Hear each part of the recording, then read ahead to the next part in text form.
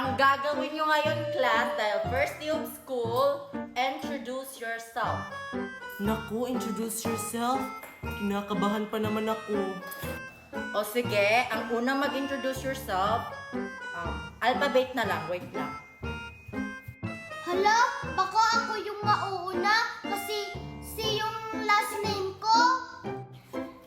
Mauuna ka, Nikki Cortez. Naku, ako! Good luck, classmate! My name pala ay Nikki Cortez. My age pala ay 9 years old. Nakatira po ako sa Cebu City. Yun lang po, teacher.